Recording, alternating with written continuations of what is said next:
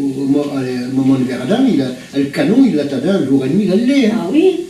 Et puis, nous, on avait le privilège d'avoir le comprince à la ville. Oui.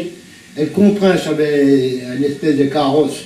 Il prenait le chemin des Bourriques. Petit Sabot. On l'appelle le chemin des Bourriques. Non, c'est de l'autre côté le chemin des Bourriques. C'est le chemin vert. Il prend en dessous du Petit Sabot. Et puis le comprince avait son escorte et puis sa carriole, il venait à Némanie par le chemin vert. Oui, oui, oui. Il venait se promener là. Ah oui, oui, oui. Oui. Combien de fois que ma mère nous l'a raconté. Mais là, oui. Le chemin du comprince. Ah. Puis là, donc, ça a duré quand même combien? On va donner. 4 ans. 4 ans, hein. Il a vécu l'évacuation. Il y a un événement que tous les gens de ton âge Ah oui, vécu, hein. il est resté 2 ans, là. Ben oui, ben raconte-nous là. Oh, mais il est au bain, moi j'avais une bonne place, hein. Tandis que la Marguerite, ta mère, elle n'était pas à bain, il n'y a pas le vieux. Toutes les fois qu'elle allait à la cave, il a suivi. Alors elle allait faire des petits bols, si tu ne fous pas le camp, elle dit, je te coupe la gueule avec la salle. Eh ben tu vois, elle aurait dû, et puis il a mieux venu crever de faim. Il y a eu, enfin, il y a eu autre chose que ça, bien plus grave, quoi. Elle était chez les riches, hein, oui, oui, oui, le père Coco. Et à un moment, ils ont été obligés de loger des Allemands. Alors il n'y a pas de chaise, il n'y a pas de chaise. Oui. Alors, il y a un jeune Allemand qui venait sur la cuisinière, et puis il retira sa casserole à lit, et puis il remettait la sienne. Hein. Oui. Puis l'Allemand, je ne sais pas ce qu'il avait dit, à un moment il dit, l'Allemand dit, chaise, pour lui dire merde. Hein. Oui. Ben merde aussi, toi.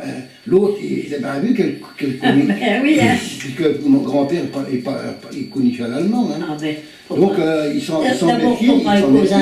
Tout le monde cause allemand, je suis grand-père. Hein. Je sais pas. Et un jour, il y avait une grande réception d'Asméjoula, c'était des châteaux, pas un château, mais des maisons de riches, quoi. Oui. Hein. Et il y avait une grande réception, puis elle faisait à manger, faisait à... Et elle arrivait dans la pièce, il y avait des officiers pleins, tout ça, et il y avait des plans. Des plans de quoi? C'était le mur de l'Atlantique, comme tu écoutes. Ah, c'était la machine de La Rochelle. Ben voilà, il y avait des plans partout. Oui, oui, oui. Et elle les a vus. Et ben, elle débrouille elle a arrêté le débrouille du château, parce que il avait compris qu'elle comprenait.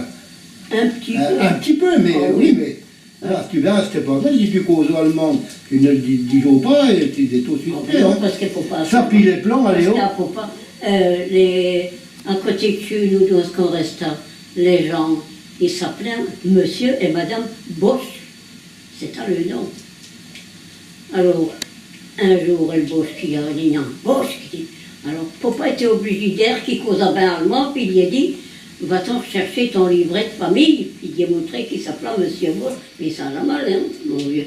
Il croyait qu'il se foutait de Dieu, hein. Il y a un bistrot aussi à Saint-Varon, il a foutu un coup de poing à la gueule à la Bosch. Ah oui, hein? Il en a vu, hein. C'est terrible. Ben, attention, il n'avait pas ce moment là-haut, hein.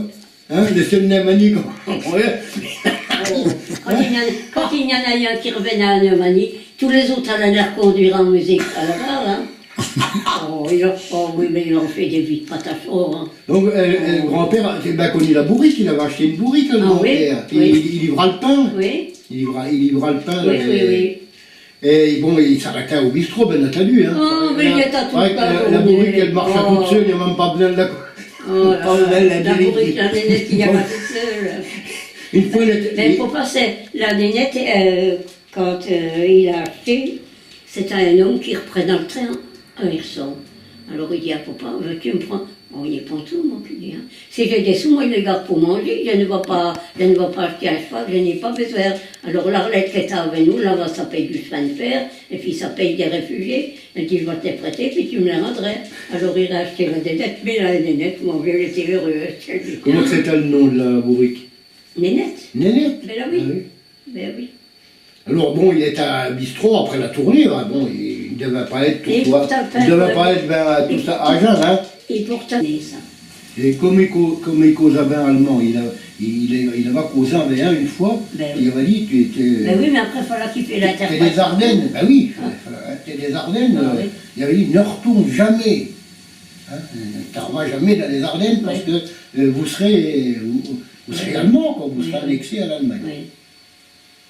Et moi je me rappelle bien, le grand-père n'est plus, après aussitôt la guerre, il ne savait aller voir, hein, ça c'est sûr. Hein. Il est connu Châtel-Mabin puisque son père y était élevé en Allemagne, et puis sa mère est à Luxembourg, il cause allemand. Hein, oui. Il n'a jamais pu causer allemand depuis la guerre. Et le vieux des rues de la Pile, au soir, il fallait bien qu'on chante, on n'a pas de bois, on n'a pas rien. Alors il a la volée du beau, hein. Alors, et le vieux, il arrive à la porte, c'est mon oui, c'est mon oui. Nous on avait aussi nos doubeaux et tout oui. Ah, dans les deux thèmes? Mais oui, il fallait bien qu'on était joli, on avait un petit poil comme une cacahuète, rien du tout. Et puis on couche à 7 dans la tourne, hein. Dans une pièce. Ça t'est rebattu? Oui. Et t'as pas des... À cette époque-là, là-haut, t'as pas des maillots, t'as des vraies turnes. Oh, puis il y avait rien. Si, quand les gens arrivent à Saint-Laurent, ils l'ont eu, mais on arrivait 18 jours après, il n'y avait plus rien. Hein. Alors on restait avec le cap, quoi. Et on n'a pas été bombardé, ou? Ah oui, puis on a eu besoin de rien, là, nous. Mais non, mais sur le parcours de l'évacuation. Mais si, la Julienne nous le raconte, hein. J'ai été bombardé, on se foutait, on ne croyait pas, hein, mais après on a bien vu aussi. Oui. Ah oui, la Julienne. Mais toi, vous n'avez pas été, vous n'avez pas vu ça, vous? Non. Qu'est-ce qu'a vu le curé à Bosch à Villacuré. Ah ben non, sur la route, on l'a vu, là. Pendant l'évacuation, alors. Les Bosch n'étaient pas encore... Non, justement. Il était juste là, hein.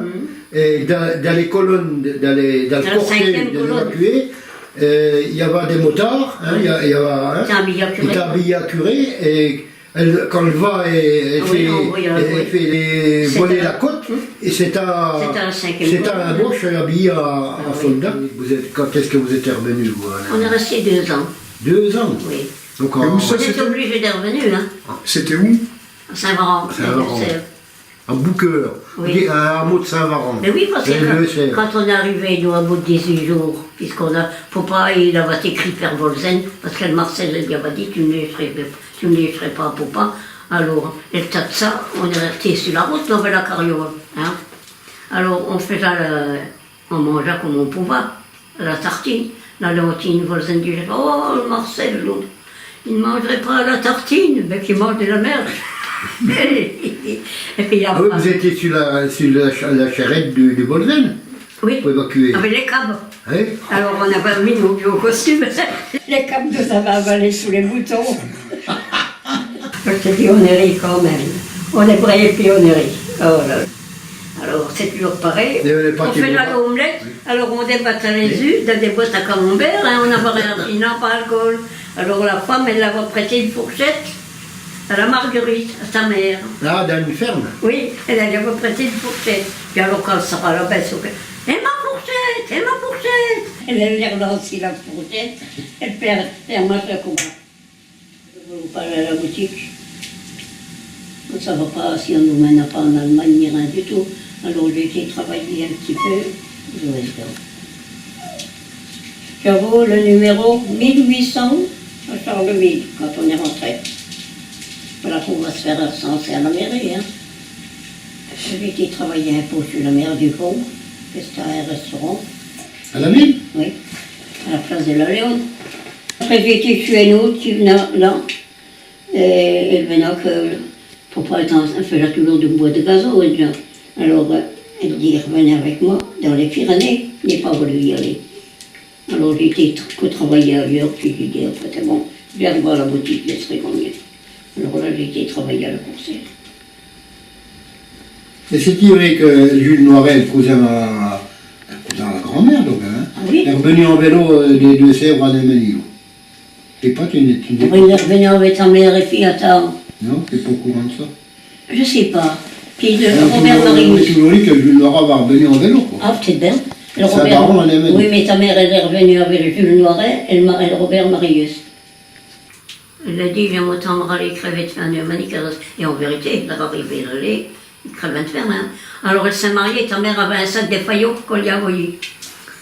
On l'a envoyé, il n'y avait rien à bouffer. Hein. Rien du tout. Non. Alors, un sac d'haricots, et puis une caisse de raisins qu'on a été volée au soir avec la Germaine Carillon, à 10h du soir, là, l'été. On lui a envoyé ça. Il n'y avait rien du tout, du tout, du tout, du tout. Alors, il y avait comment le Jackie. Oh, les faillots. On s'en est fait péter la pause. Il n'y avait rien à bouffer. Hein, dans la vallée, il n'y avait rien du tout. Hein. Nous, non, on n'est pas terrible. Puis en situation... Oui. On ne dit pas qu'on est eu à taper, là. Mais... Non, mais non, dans les deux essais, on va manger. Hein. Oui. Bon, personne n'a eu faim là-haut. On a renvoyé à tout le monde. Hein. Il n'y a qu'à y de Mani, je ne dis pas ça non, parce que je ne veux pas. Alors, elle m'est en même plus bas un moment, parce qu'elle dit non. Parce que si je t'envoie à manger, c'est pour toi l'hervade. Qui ton père a revenu une fois avec André Maréchal. Non, c'est bien. Oh non, pour faire des commerces avec personne. Oh non, je ne donnerai rien pour les gens l'hervade s'enrichir. Il y en a ceux qui font, puis ils ne pas à l'autre. C'est ce que fait, c'est pas vrai non plus. Hein. On est passé tout ça, puis nous, Jacob.